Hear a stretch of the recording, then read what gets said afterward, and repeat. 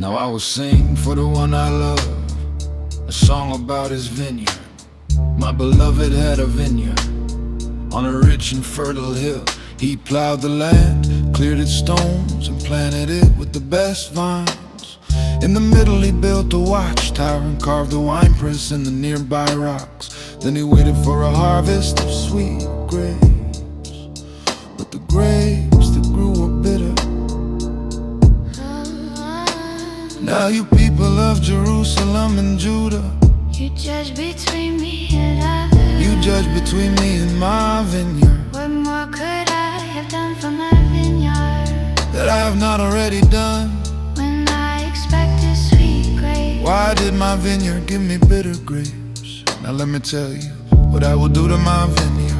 I will tear down its hedges and let it be destroyed. I will break down its walls and let the animals trample it. I will make it a wild place where the vines are not pruned and the ground is not hoed, a place overgrown with briars and thorns. I will command the clouds to drop no rain on it. The nation of Israel is the vineyard of the Lord of heaven's armies. The people of Judah are his pleasant garden.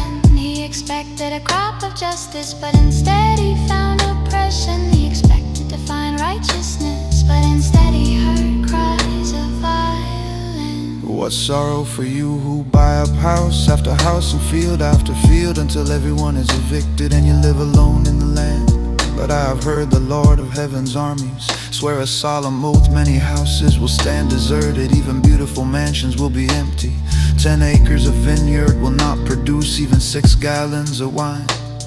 10 baskets of seed will yield only 1 basket of grain. What sorrow for those who get up early in the morning looking for a drink of alcohol and spend long evenings drinking wine to make themselves flaming drunk. They furnish wine and lovely music at their grand parties, lyre and harp, tambourine and flute, but they never think about the Lord or notice what he is doing. So my people will go into exile far away because they do not know me. Those who are great and honored will starve, and the common people will die of thirst. The grave is licking its lips in anticipation, opening its mouth wide. The great and the lowly and all the drunken mob will be swallowed up.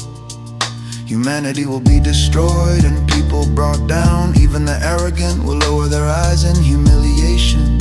But the Lord of heaven's armies will be exalted by his justice. The holiness of God will be displayed by his righteousness. In that day lambs will find good pastures and fattened sheep, and young goats will feed among the ruins. What sorrow for those who drag their sins behind them with ropes made of lies, who drag wickedness behind them like a cart.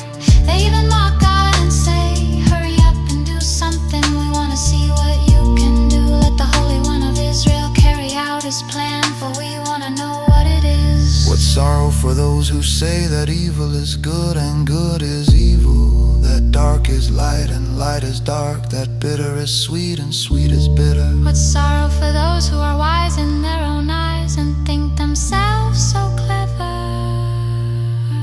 What sorrow for those who are heroes at drinking wine and boast about all the alcohol they can hold. They take bribes to let the wicked go free and they punish the innocent.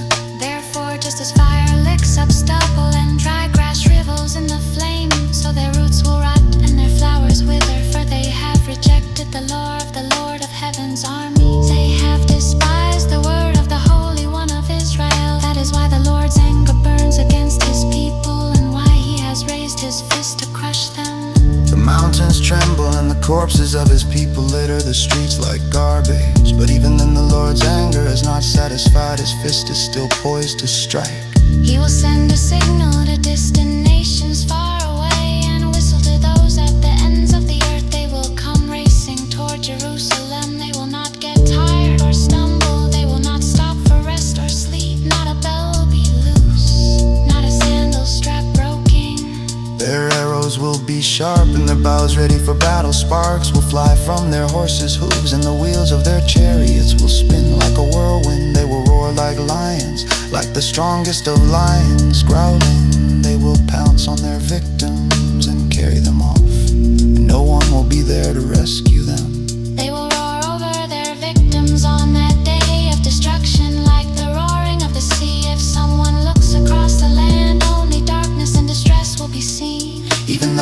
will be darkened by clouds. Not the luck get tired or stumble, they will not stop for rest or sleep.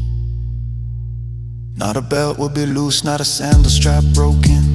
Their arrows will be sharp and the bows ready for battle. Sparks will fly from their horses' hooves and the wheels of their chariots will spin like a whirlwind. They will roar like lions, like the strongest of lions. Growling, they will pounce on their victims and carry them on, and no one will be there to rescue them. They will roar over their victims on that day of destruction, like the roaring of the sea. If someone looks across the land, only darkness and distress will be seen.